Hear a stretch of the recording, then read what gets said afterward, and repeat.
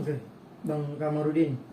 Ini pengacara dari Harvey Moise sendiri telah menyebut bahwa Harvey dan Sandra Dewi ada perjanjian pisah harta nih sebelum mereka menikah pada saat 2016. Itu artinya harta-harta yang Sandra Dewi miliki sendiri bisa bebas, artinya tidak ikut disita oleh kejaksaan kasus Timah sendiri atau gimana, Bang?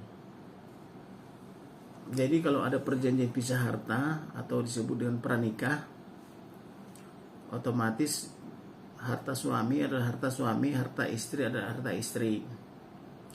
Yang kedua, untuk mengetahui itu apakah perjanjian itu dibuat apa tidak pada saat pranikah atau setelah menikah tahun 2016, kemudian apakah perjanjian itu sah apa tidak, maka harus tahu kita oleh notaris siapa. Kemudian notarisnya juga akan mendaftar di Kementerian Hukum HAM. Apakah diregister di Kementerian Hukum HAM apa tidak. Kemudian jenis perjanjian atau akta itu kan ada 3. Akta, legalisasi, dan war making. Apakah termasuk akta ini, termasuk legalisasi atau war making? Itu juga harus ditelusuri lagi. Nah, tetapi sepanjang ada perjanjian pranikah dan benar adanya tahun 2016, berarti perbuatan suami adalah perbuatan suami, tidak melibatkan istri. Tetapi pemberian kepada istri, apakah itu mobil, pesawat dan sebagainya, sepanjang itu perolehannya dari korupsi adalah tetap harus disita karena itu adalah objek korupsi gitu loh. Termasuk hadiah pernikahan. Termasuk hadiah pernikahan atau rumah apapun namanya itu, sepanjang diperoleh berdasarkan harta korupsi, itu juga disita untuk negara gitu. Nah kalau sekarang kan artinya kejaksaan juga udah mulai mencicil nih aset-aset dari Harvey Moise sendiri, mobil-mobil udah mulai disita, ada Velfire, ada terus Mini Cooper. Nah masih ini nggak sih, Bang? Artinya masih banyak tuh, kayak kemarin sempat jet pribadi segala macam kan belum disita juga, itu perlu juga ada ketegasan. Nah betul begini. Kalau kita dengar kerugian negara kan 271 triliun.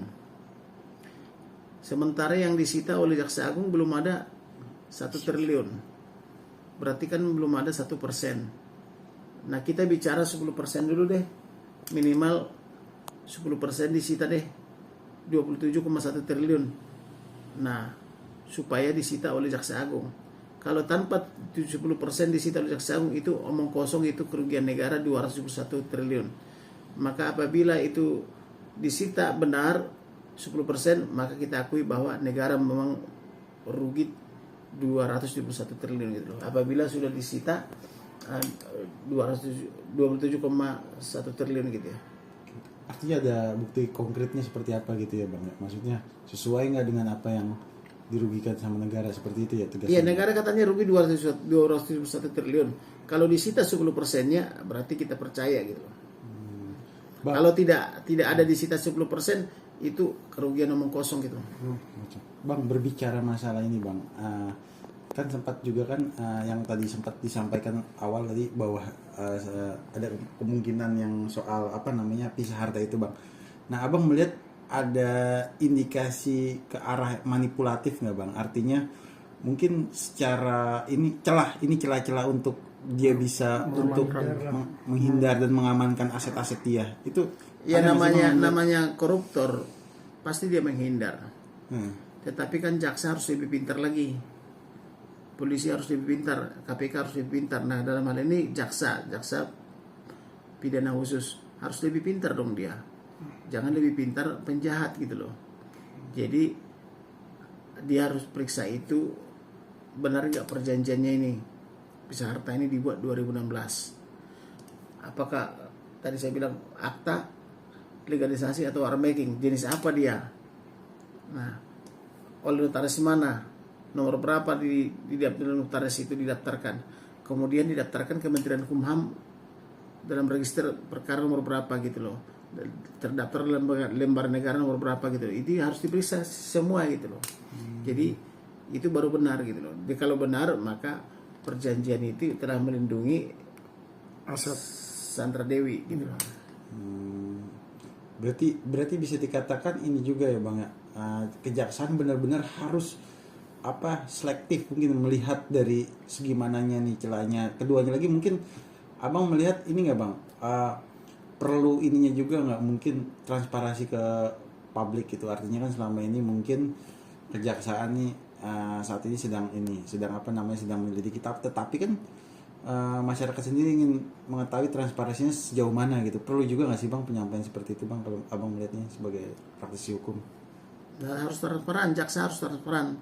Jadi jaksa harus mengumumkan setiap ada pergerakan atau perbuatan mereka. Jaksa juga harus mengumumkan setiap ada penyitaan, dan jaksa juga harus memberitahu kepada masyarakat umum berapa yang sudah disita, berapa yang belum berhasil disita gitu loh. Biar Itu baru namanya jaksa yang keren gitu loh.